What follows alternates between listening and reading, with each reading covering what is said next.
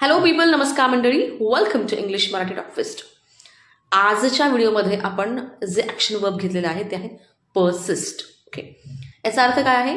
ठाम राहणे, टिकून राहणे, तुमचं जे मत आहे त्याच्याशी चिकटून राहणे, म्हणजे गिव्हअप न करणे तुमच्या कार्यामध्ये किंवा जी गोष्ट तुमची चालू आहे ती, एखादी गोष्ट अस्तित्वात तशीच पुढे राहणे. एक्झाम्पल बघूयात. मराठीत मी वाक्य बोलील आणि इंग्लिशमध्ये कसं बोलायचं ते मी ते सांगत आहे. मराठीत वाक्य लिहिलेलं नाही आहे, it's very time consuming guys, खूप वेळ लागतो मराठीमध्ये टाईप करायला. सो मी इथे मराठीत मोठी मोठी वाक्य असल्यामुळे लिहिलेली नाही आहेत, एरवी मराठीत वाक्य लिहिलेलं असतं. So let's begin. Everyone lied but Nehu persisted and spoke the truth. आता सिच्युएशन काय आहे? मी नेहमी सांगते सिच्युएशन घेऊनच इंग्लिश बोलायला शिकायचं. सिच्युएशन काय आहे की मला असं म्हणायचं आहे मराठीमध्ये की प्रत्येकजण खोटं बोलला, पण नेहू ही जी मुलगी आहे ती तिच्या मताशी ठाम राहिली आणि तिने खरं सांगितलं.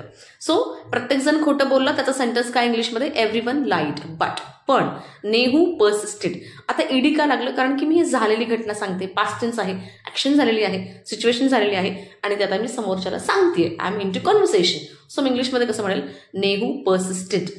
आता आपण तर कंटिन्यूड सेइंग असे म्हणू शकतो. Nehu continued speaking the truth असे म्हणू शकतो. But we are learning how to use the word persist. Nehu persisted, ती तिच्या मताशी ठाम राहिली अँड स्पोक द ट्रूथ, तिने खरं सांगितलं. आता हीच आता दुसऱ्या सिच्युएशनमध्ये मला हाच शब्द कसा वापरायचा आहे की एखादी एक्झाम नेहा देत आहे आणि तिला सगळे सांगतात की नको देऊ, फार अवघड आहे, आणि तिचे फ्रेंड्स गिव्हअप करतात. नेहा मात्र ती परीक्षा देते आणि ती पास होते. असं मला इंग्लिशमध्ये सांगायचं आहे. सो मी कसं म्हणेल? हर फ्रेंड्स गेव अप. तिचे मित्रांनी गेव अप केलं म्हणजे काय? परीक्षा देणं सोडून दिलं. Her friends gave up but Neha persisted. ती ठाम राहिली, टिकून राहिली, तिनं गिव्ह अप केलं नाही. Neha persisted and she pass the exam. एखादं अजून वाक्य तुम्ही ऍड करू शकता. She worked hard, right? Because मेहनतीशिवाय काही होत नाही, राईट? सो मी पूर्ण सिच्युएशन कशी सांगेन बघा. English to Marathi to English वाक्य सांगते.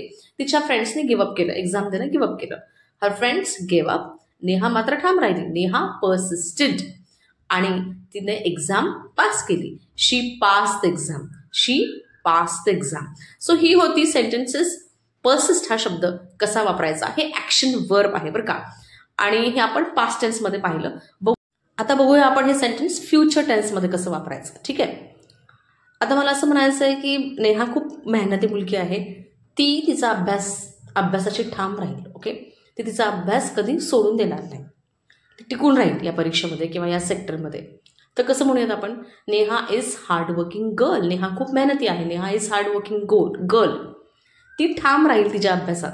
शी will persist in her studies. Okay, future असल्यामुळे आपण विल प्लस वर्ब वन घेतलं. वर्ब काय आहे? पर्सिस्ट, म्हणजे ठाम राहणे, टिकून राहणे, गिव्ह अप न करणे, right? So Neha is a hardworking girl. She will persist in her studies. आता मगाची दुसरी सिच्युएशन होती की सगळे खोटे बोलले आणि नेहा एकटीच खरी बोलली. आता मला फ्युचरमध्ये म्हणायचं नाही, सगळे खोटे बोलतील पण नेहा मात्र ठाम राहील, ती खोटं बोलणार नाही. सो काय होईल? Everyone will lie. Okay, sentence नाही लिहिलं बट ऐका. एव्हरीवन विल लाय, सगळे खोटं बोलतील, but Neha she is very honest, ती खूप प्रामाणिक आहे. Neha will persist, she will not lie. Neha will persist म्हणजे ती ठाम राहील. She will persist, she will not lie. Alright? So people, you must have experience, तुम्ही अनुभव केला असेल की इंग्लिश किती सिम्पल आणि सोपं आहे. ओके, आपण उगाचच भाव करतो. You can, you will, you can certainly speak in English. It's very simple. if जर तुम्ही या पद्धतीने एखाद्या सिच्युएशनमध्ये, एखाद्या परिस्थितीमध्ये स्वतःला इमॅजिन करून किंवा कोणालाही, म्हणजे करता कोणी असू शकतो, असं जर शिकला तर मग तो वर्ब असो, ॲक्शन वर्ब असो, क्रियापद असो, ॲडजेक्टिव्ह असो, एक्सप्रेशन असो, ग्रामर असो, काहीही असो, व्होकॅब्युलरी असो, you need to make it practical गोष्टी व्हायला पाहिजेत, ॲक्शन ओरिएंटेड असायला पाहिजेत. फक्त शब्दपाठ करून किंवा ग्रामरचे सेंटेन्सेस लिहून इंग्लिश बोलता येणार नाही. I have told you several times.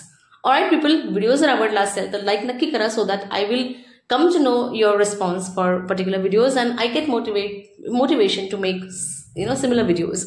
आणि चॅनलमध्ये नवीन असाल तर सबस्क्राईब नक्की करा. इंग्लिश मराठी टॉक फेस्ट या आपल्या मराठमोळ्या चॅनलला, जिथे आपण इंग्लिश कॉन्फिडेंटली कसं बोलायचं ते शिकतो. So see you in the next video with new content, grammar, expression, whatever. पण I'm sure you will really enjoy and you will certainly learn a lot of things from that. Thank you.